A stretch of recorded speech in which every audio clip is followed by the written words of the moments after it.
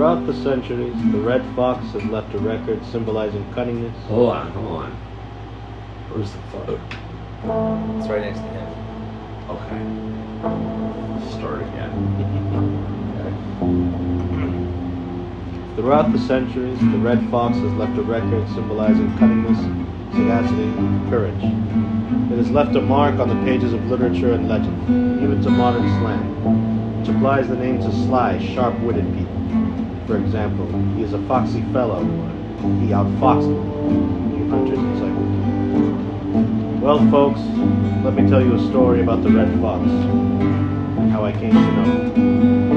It is a tale of treachery and violence and vengeance rarely encountered in the family history, or even by me in my own family, which is not even entirely free of these things. But even dumb brutes can learn, and I have long since quit even violence, which I used to enjoy as a sport. But that passed when I realized that not everybody feels that way, and some people really want to hurt. Vengeance went the same way. It was fun to plot and to talk about, but the real thing required more time and energy than being saddled with a terminal disease. And not even the best vengeance ever paid the rent. The English language is not crowded with words beginning with the letter V that suggest anything but trouble. After violence and vengeance, there is also vulgar, vicious, victim, vermin, vain, vacant, vile, vampire. The list is long, with not a lot of smiles. Right. And never mind these arcane drifts of language. We will leave them to villains and mismongers like Edwin Newman and Robert McNeil. What we are talking about now is the hideous death and life of the red fox, considered by many experts to be one of the smartest beasts in nature. But not for me. There was a whole nest of those vicious little red buggers about 200 yards across the field from my front porch, and I am now in the process of killing them.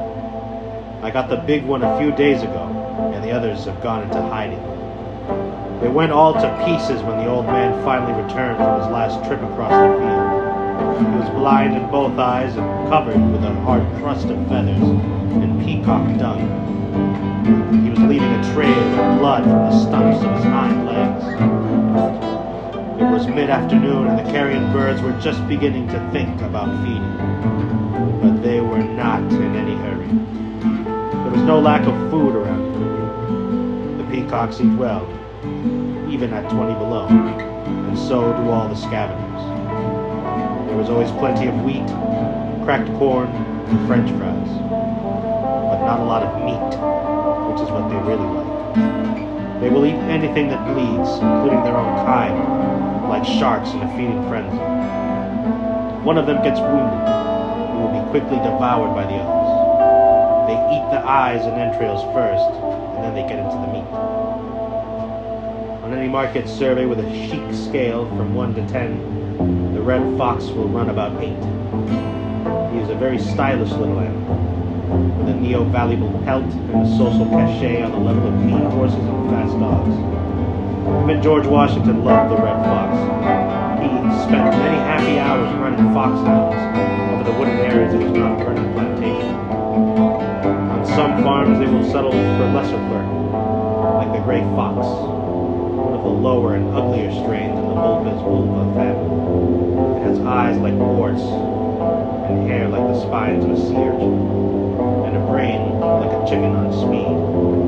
There is also the coyote, which is hunted, or at least chased down, and then by gangs of Novo-rich or huntsmen in places like Vail and Palm Springs. There must be some way out of here. No.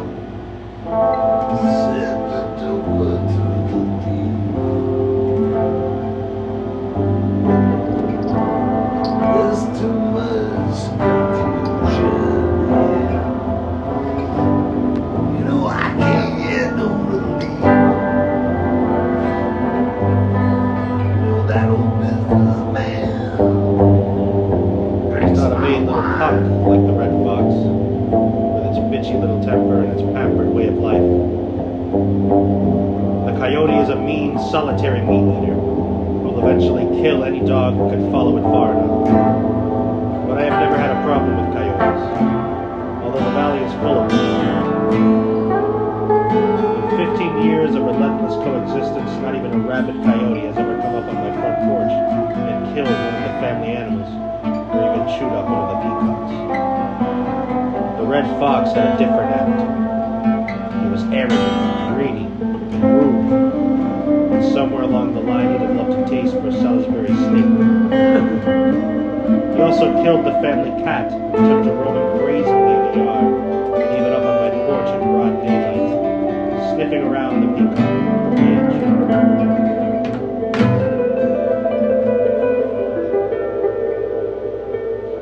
The Have-A-Heart trap is a heavy metal box about 4 feet long, with doors on both ends and a nice little food tray in the middle. When the animal gets far enough in to eat the Salisbury steak, both doors clang shut and lock firmly. Escape is impossible. When I found the red fox in the cage, I talked to him for a while, as I prepared a mixture of feathers and peacock dung, which I then began to shoveling through the bars and into the cage with me. The fox became hysterical as he thrashed around in the mess, trying to bite off the end of the shovel. Every once in a while, I sprayed him with liquid glue and then a final shot of mace in his eyes before I let him go. He looked more like a raccoon than a fox at that point. The glue had set up quickly, producing a layered effect with the dung and the feathers. The beast dragged himself out of the cage, yapping, howling, and ran awkwardly across the field in the general direction of his den in the briar patch. On his way across the field, the hideous, stinking, half-blind, brain-shattered animal had to pass between 2 yearling peacocks who were pecking around in the grass for bugs, paying no attention to this thing that they didn't even recognize as a fox. I was stunned, however, to see the fox veer off his course and make a kind of staggering, dumb, vicious pass at one of the birds. So I shot him from behind with a loaded double-aught buckshot to help him on his way. The last time I saw him, he was covered with blood and 2 huge red-tailed hawks were circling overhead, preparing to take him into the food chain.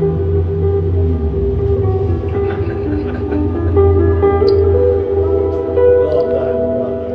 Well done. Was that great? That was alright. You know, it really had nothing to do with animals. It's a political allegory of Pat Buchanan, which was Nixon's chief of staff at the time. Like, he handled all the fucking... He's the guy that, like, gave the enemy drugs, like Quaaludes, and then got them in compromising positions. No, like a honeypot. Like they were sucking cocks and shit. Yeah, honeypot thing. Yeah. Hey, what's this Really? about? Politics is the last blood sport. You know what I mean? And Literally. that fucking Buchanan was the king of it. And he was a good friend of Hunter. Even though they were on opposite spectrums, they drank whiskey together all the time and yelled at each other. I mean, it's good. That was really good. Great best version I've heard. That sounds like The Exorcist.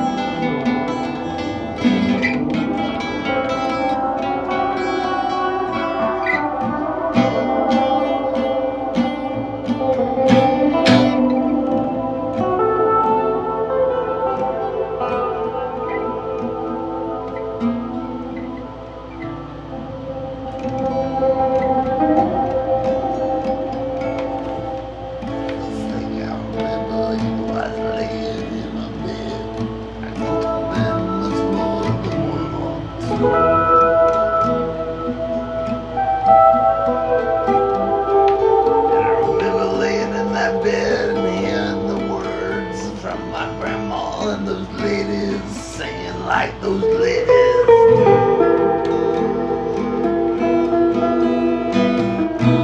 And it was late in the evening, and all that music seeping through.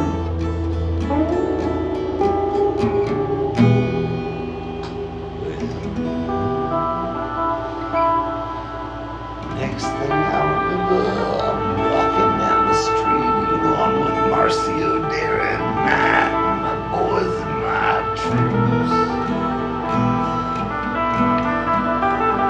We're cruising down the street, you know, we hear the sound of those good old acapella blues. And it was late in the evening, and all the girls out on the street.